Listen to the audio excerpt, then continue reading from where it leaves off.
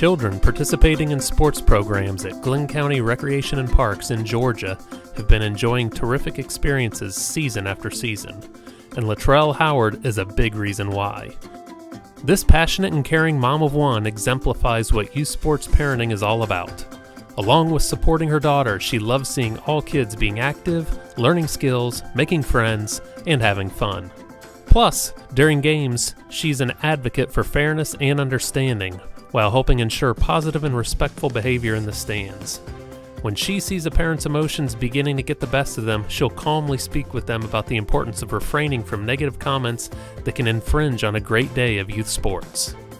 A tireless advocate for Glynn County's programs and the positive impact they can have on young lives, she continually ventures into the community to speak with parents about getting their kids signed up to join the thousands of others who have been reaping the benefits of participation.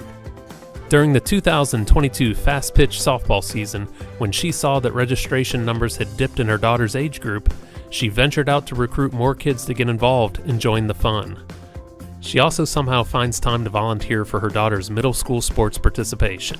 She meets with the coach and serves as the liaison with all the parents, organizes drinks and snacks for the players, orchestrates fundraising initiatives to cover team uniform expenses, and encourages community members to come out to games to support all the kids.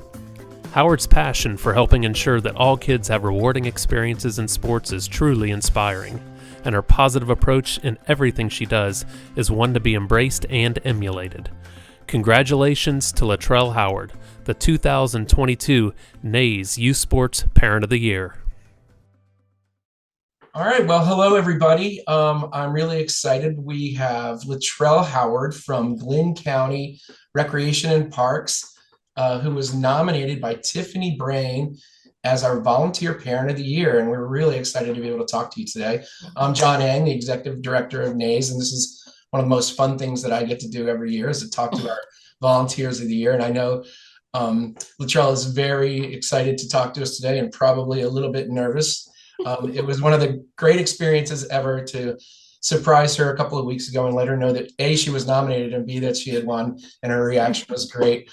So Lathyrell, why don't we start by talking about how long you've actually been volunteering? Actually, I have really been volunteering for maybe just volunteering with youth and kids for over 25 years, just freely volunteering. But as far as with the Glynn County Rec Department, I know I've been volunteering for at least 6.5 years strong. Wow. With their program. Wow. So tell me about some of the roles that you fill for Glynn County there. And tell me a little bit about what you do. Okay, so roles, titles. Okay, so I would say, like, for example, a momager, a motivator, encourager, a disciplinarian, snack scheduler, uniform designer, supporter, cheerleader, organizer, taxi, Uber, and it's so many titles because when you're gifted with so many talents, you just pour in your gifts to other people, and it's not just for my kid, it's for everyone's kid. Because a lot of time my kid didn't even play some of the sports, but I still was able to give freely of my time and serve in those roles as supporters for them. So that's kind of like the roles that I play. I think you alluded to this a little bit, but I was going to ask you what motivated you and inspired you to start volunteering with Glynn County? So when you think about what motivated you, I go back to, like, even when I was in school, high school, first got out of high school, going into college. Some of my teachers and coaches were a big inspiration, just watching them and dealing with children. If I had to just narrow down and choose one, I would say my godmother, Laverne Cooper. She was an intentional advocate for youth. Went over beyond to do whatever it took to help youth in anything that they did. So, and just working with different summer camps and in substituting in the schools and seeing kind of the lack of support from, parents, guardians, not that they didn't just want to do it, but circumstances kept them from doing it. So I knew that whenever the time came, with me volunteering and giving my all, that whenever I had a kid, that I would be that support for her and be her biggest supporter, because I too understood. I had she wasn't single at first. My stepdad passed away. So when she became a single mom, I knew she had to work. But I knew that I was involved in everything. And I just saw that I didn't really have that support. So I knew that I would be that for my kid, which in turn turned out being that for every kid that crossed my path. Wow. So. Oh, that makes a lot of sense then. So what would Yes. what would you tell, say, a parent that was nervous about volunteering to do what you do, and they were apprehensive about, stepping into that role? What would you do to encourage them? I would tell them not really so much so being nervous about it. I would, I guess depending on what their child was participating in, I would tell them just to always be open. Reach out to, whether it's a coach, a teacher, reach out to them and say, what can you do?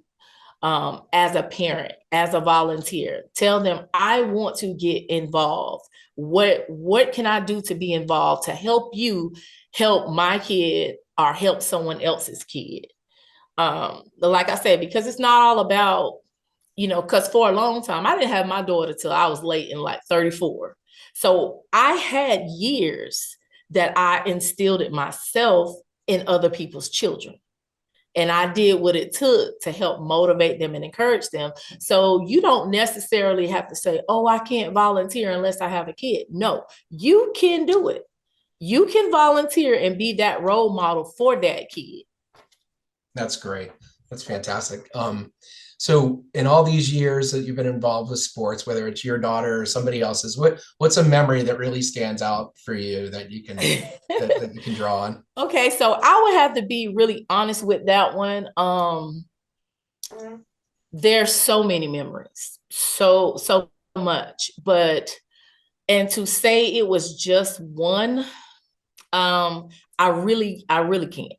But what I can say is just watching kids take a step and a stance on doing something that they never did before, never wanted to do, just to see them step out of a comfort zone and just do anything that they couldn't do before, to me is a great memory and what makes this rewarding. But if I had to narrow down to one thing that sticks in my mind, it would be watching my daughter, watching her take the initiative to work hard to be better. She joined, it was her second travel team that she joined. And I watched her, and she was so much motivation because I watched her play in what they call pool games and not play in games where, the winning counted. And I watched her sit in the dugout. She didn't complain. She cheered the loudest. She supported everybody. And afterwards, she came to me and she said, Mama, I don't want to sit in the dugout anymore. I want to learn to work to be better. So it wasn't me just running out saying, hey, you got to do this, you got to do that. She came to me. And once she came to me, I understood she was ready. And I would just I would take her with other kids, and they would go to other practices and they would work hard. So she went from being a bench warmer from August to December to coming out in January and just working hard. So that's why I try my best to instill and tell kids, you can do whatever you put your mind to. You just got to know you have to work at it. And it's okay to make mistakes. It's okay not to be perfect. Just if a mistake happened, hey, that's in the past. We move on from it. We work hard and we go back at it. It will pay off. In the audience and online, we have hundreds of, don't get nervous, it's not millions or anything, but it's hundreds of youth sports administrators, and people that do this for a living. And when we Right. survey them, ask them, some of their challenges are getting quality volunteers to constantly sign up. So I know what your motivations are. You've said that, but what are some of the things that they can bring to the table that would encourage people like you to sign up more? Just getting things out in the communities, having other programs, not just when it's time for sports season, just trying to do more things to attract just volunteers in general. And then once you come in, say, hey, didn't you used to play basketball? What about becoming a coach, helping some young kids out, giving them the basic skills that they may need. So once they get in middle school and high school, they may want to participate and pursue it. Things doesn't have to be so formal all the time. Just do things that would draw parents in to say, hey, well, let me see what the rec department is doing. And reach out to them, being acceptable to ideas that, when they do come in that they may bring, being open and honest with parents about, different things that does go on with the rec department. And then, and allow them to see you through examples. Like I said, even with Miss Tiffany and Mr. Jerry, I see them. I see them in the community with their kids. So then I see how they're doing. So I say, well, okay, well, if that's what they're doing and giving it all, let me see what I can do to bring myself to help other kids in the community. So tell me what it means to you to being able to win this award. Okay. So many emotions. It's just breathtaking and unbelievable. We do things in life and you do it not for recognition, not for anything. Like I said, I was volunteering way before the rec department. And so it's to see the kids that I work with, now adults, now having their own kids, doing the things, calling back saying, Miss Howard, thank you. And seeing them themselves being active in their schools, in their jobs, their profession, their counties, their rec department. And to see that I played a part in some portion of their life. And then to come back here in my county where, I'm doing what I do daily for my kid, for any other kid, and to see that all my hard work didn't go unnoticed. To see that the people around me that played a part in my life, I'm able to step on this stage nationally and receive this honor. It means more to me than you can ever imagine. Tiffany was talking to me and explained to me when she wrote this. And at the time that she wrote this and submitted this, I didn't know that I was about to face one of the most challenging 4 months of my life. It's unbelievable. So not only do I accept this on my behalf, I accept it on the behalf of my aunt, who was a pioneer in the things that she did in the community of New York and here, just touching the lives of many people that she just touched. I lost her on the 18th of September. So to actually walk into this interview not knowing what I was about to happen in what was about to happen in my life, you just don't understand the magnitude of receiving this award right now. So it came at a time when I came out of a storm that a lot of people didn't even know about.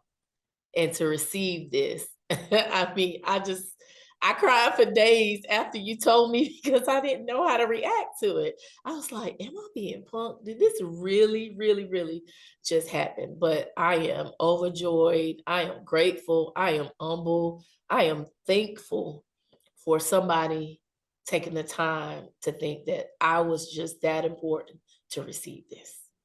Well, I can tell you, Lathyrell, that we've been doing this for a lot of years. Sorry.